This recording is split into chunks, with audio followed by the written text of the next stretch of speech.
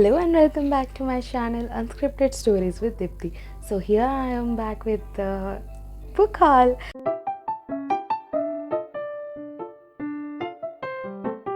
तो मैं बहुत ज़्यादा खुश हूँ क्योंकि ये बुक हॉल लिटरली नवंबर, दिसंबर, जनवरी, फरवरी, मार्च, अप्रैल 5 महीनों के बाद मैंने ये ऐसे बुक हॉल लाई हूँ मैं। मैंने खुद 5 महीने बाद बुक्स ख़रीदा है। मैं बुक बाइंग बैन पे थी ना, आई एम टू सीरियस क्योंकि पैसे नहीं होते हैं, इसीलिए तो बुक बाइंग बैन पे जाती हूँ मैं। तो ठीक है, अभी जैसे ही मेरे पास कुछ चंद 500-600 रुपये आए ना, उसमें से मैंने बुक्स ख़रीद लिए। तो मेरे पास कुछ 1 2 3 4 5 6 7 8 9 बुक्स हैं।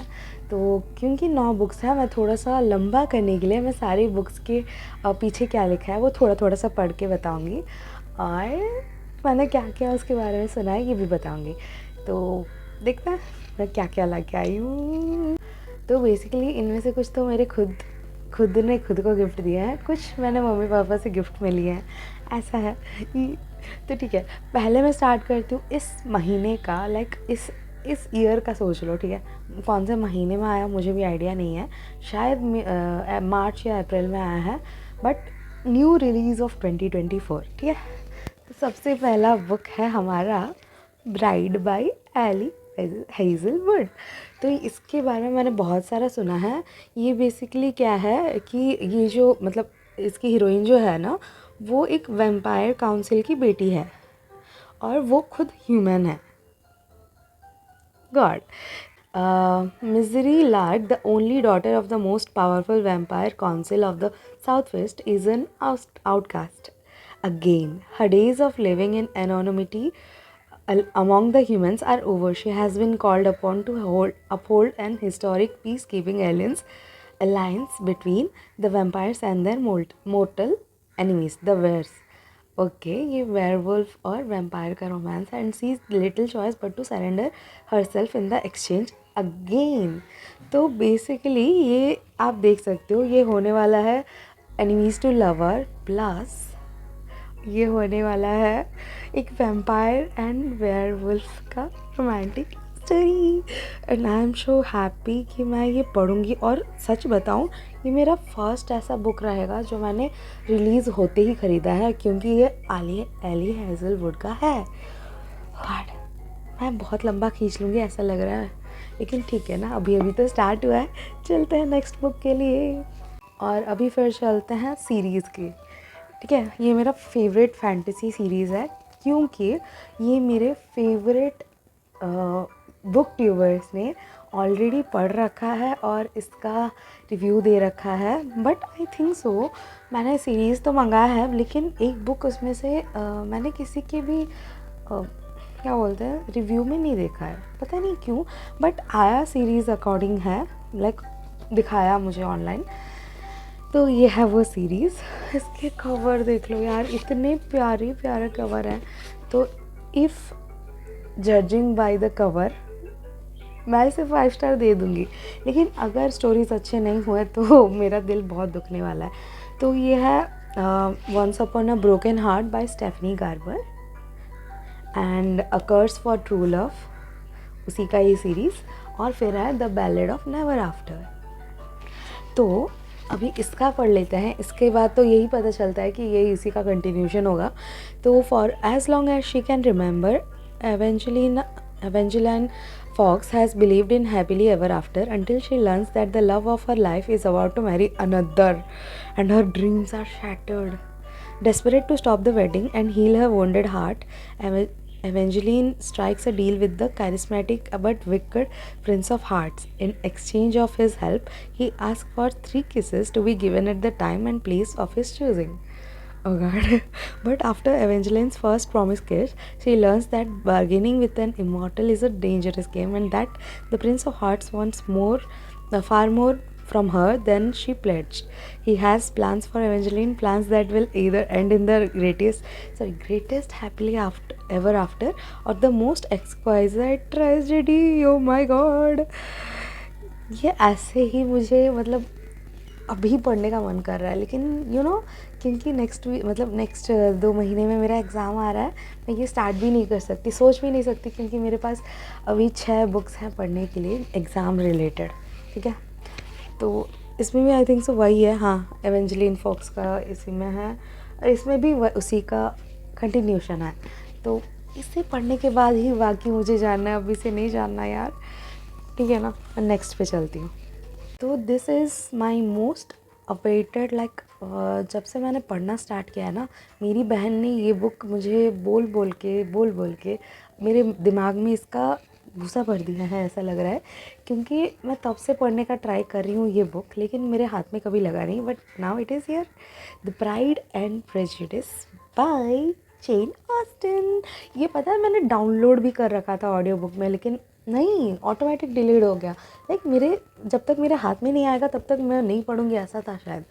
तो अभी इसका बैक पढ़ लेते हैं। Love is in the air in Hertfordshire as Elizabeth's sister Jane and Darcy's best friend Charles fall in love, but Darcy and Elizabeth continues to clash with each other. Amidst amidst the battles of wits, society balls, and family turbulence, will they come close, or will their opposing personalities drive them farther from each other? Are first impression always true, or does love deserves a second chance? Obvious. Austin, यार मुझे bag से कुछ भी पता नहीं चला कि story में क्या होने वाला है, बट थोड़ा थोड़ा पता चल रहा है जैसा कि मैंने पढ़ा। लेकिन फिर भी लाइक इसमें जैसा पता चला कि ये हो, उसने बोला है ये होगा, लेकिन इसमें कुछ भी नहीं। मतलब ये सच में सस्पेंस बना के रखना चाहता है, मुझे इसके बारे में कुछ पता नहीं चल रहा है यार।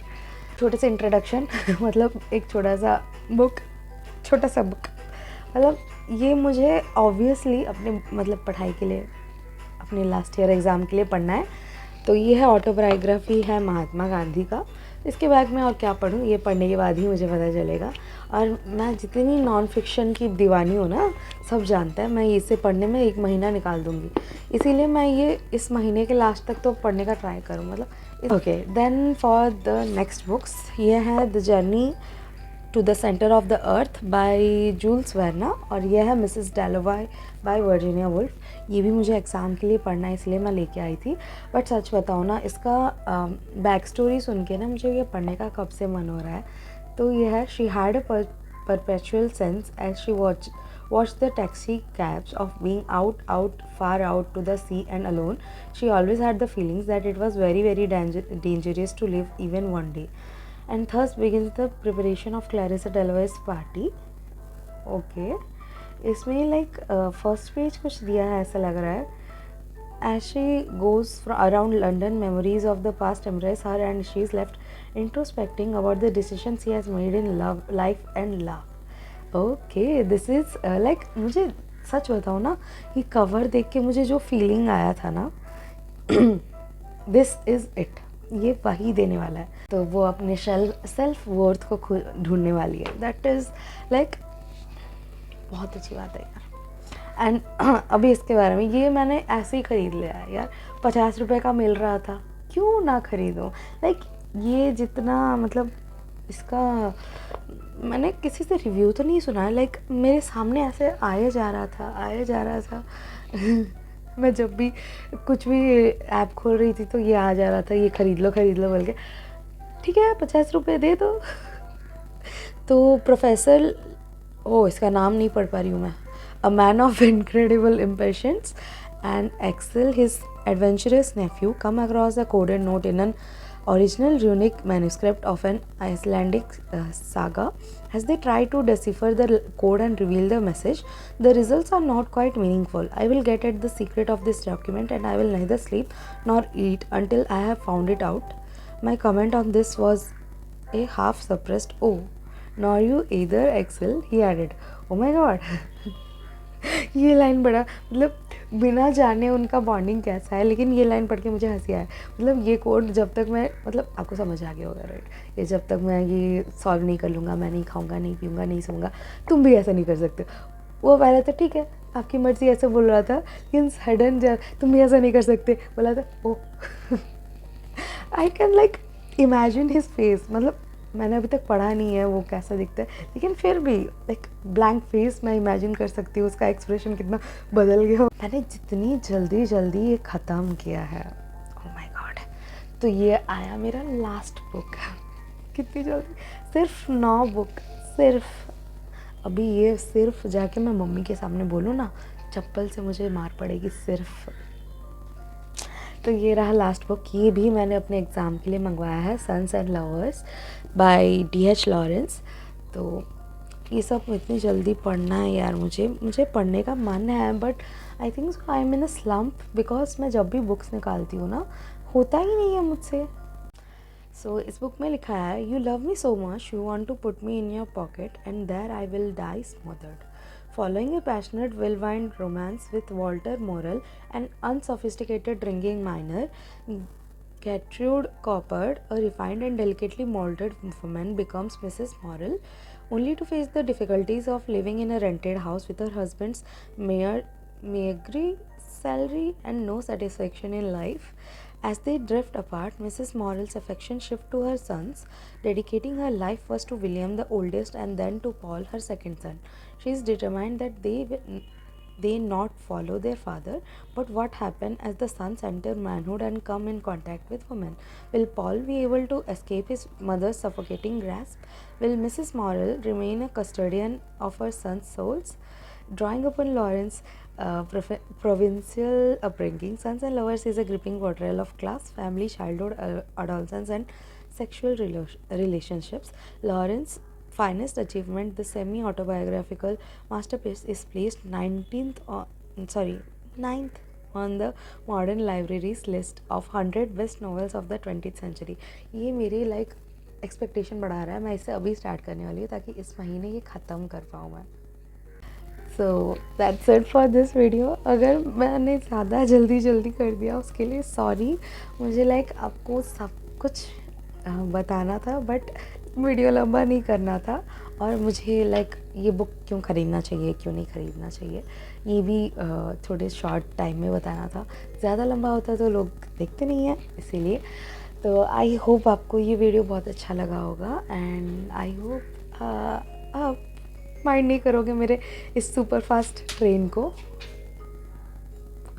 तो that's it for this video, thanks for watching and meet you next time, until then bye bye.